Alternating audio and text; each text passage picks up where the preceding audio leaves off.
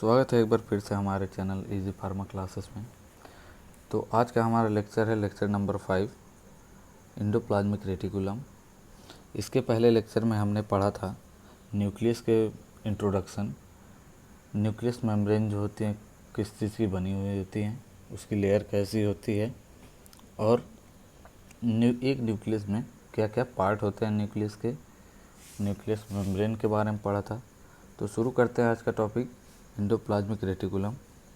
तो आज जानेंगे कि एंडोप्लाज्मिक रेटिकुलम क्या होती है, इसकी लोकेशन क्या होता है, कंपोजिशन क्या होता है और इसके टाइप्स क्या क्या होते हैं और इसका स्ट्रक्चर कैसा होता है। तो शुरू करते हैं अपना लेक्चर। जैसा कि वर्ड से ही, नेम से ही डिफाइंड है एंडोप्लाज्मिक। इंडो जिसका मतलब होता है inside and plasmic means cytoplasm या साइटोप्लाज्म। तो इससे हमें क्या पता चलता है कि जो एंडोप्लाज्मिक का मतलब है वो इनसाइड साइटोप्लाज्म है।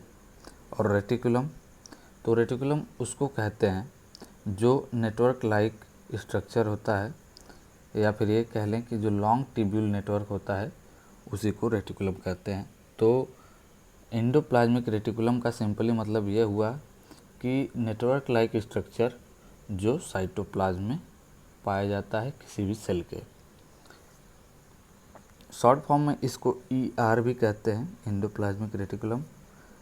ये कॉम्प्लेक्स सीरीज होता है ट्यूब्यूल का। सीरीज कहने का क्या मतलब है कि ये डिटैच नहीं होता है, ये अलग अलग नहीं होता है। जैसे ये एक ट्यूब्यूल है, ये दूसरी ट्यूब्यूल है, तो ये ऐसा बिल्कुल भी नहीं होता है।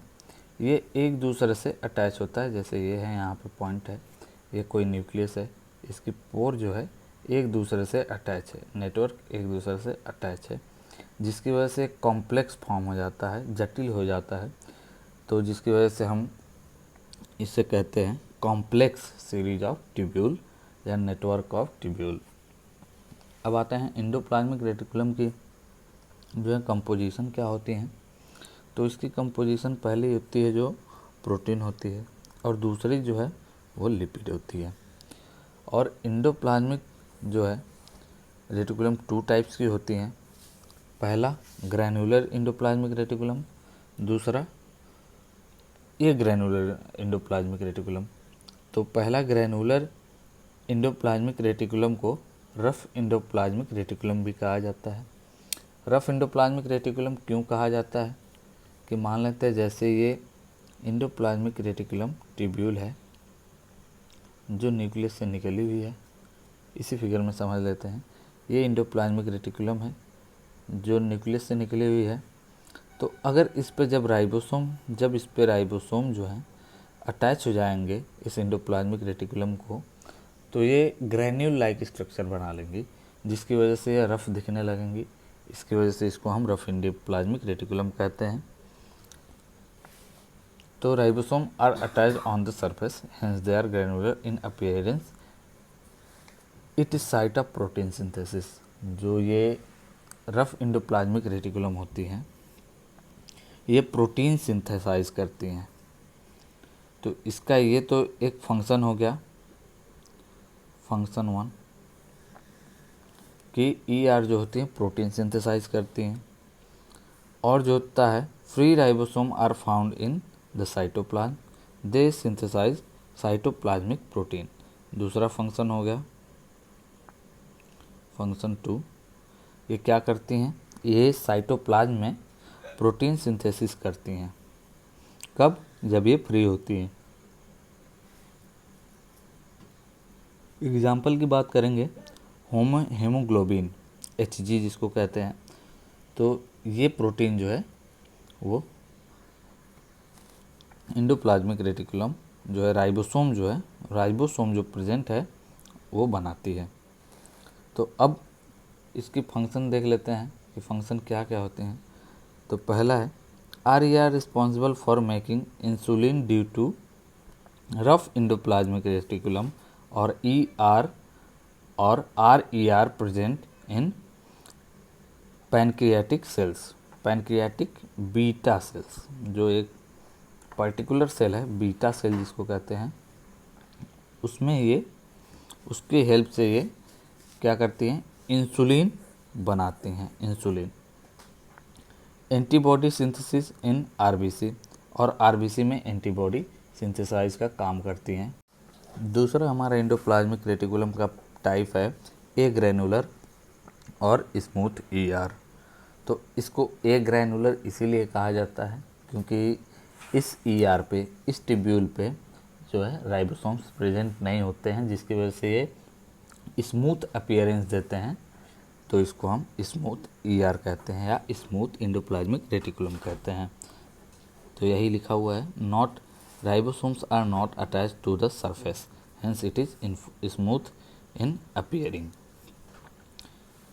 Smooth endoplasmic reticulum is the site of fatty acid or phospholipid and steroid synthesis। तो एक स्मूथ ईआर का फंक्शन क्या क्या होता है, ये क्या क्या प्रोड्यूस करती हैं, तो यहाँ से हम इसको अलग कर लेंगे, शॉर्ट फॉर्म में बना लेंगे। क्या करते हैं, फैटी एसिड। दूसरा हो गया फॉस्फोलिपिड, फॉस्फोलिपिड का सिंथेसिस करती हैं।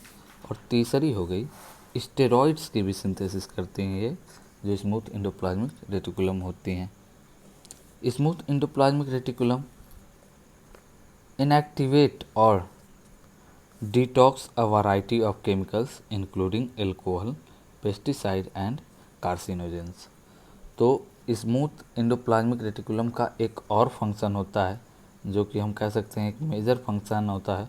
वो क्या करता है, वो डिटॉक्स करता है, ये टॉक्सिसिटी को घटाता है। किसके किसके, मेनली एल्कोहल के, पेस्टिसाइड्स के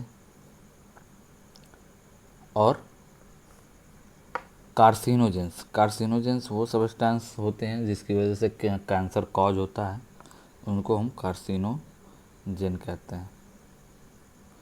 अब बढ़ते हैं इसके स्ट्रक्चर की तरफ। पहले ही हमने देख लिया है कि ये हमारा अगर न्यूक्लियस है, ये हमारी एक न्यूक्लियस है, तो इससे जो ट्यूब्यूल लाइक नेटवर्क निकली हुई है, इसी को हम क्या कहते हैं, एंडोप्लाज्मिक रेटिकुलम।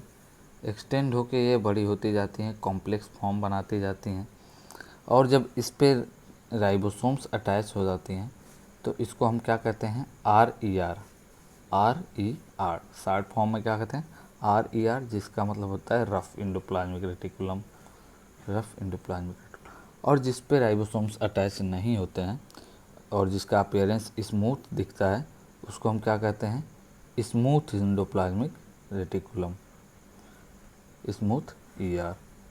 तो आज के लेक्चर में बस इतना ही। अगर वीडियो अच्छी लगी हो तो लाइक करें, कमेंट करें और सब्सक्राइब करना ना भूलें। इस लेक्चर का PDF नोट आपको डिस्क्रिप्शन बॉक्स में मिल जाएगा।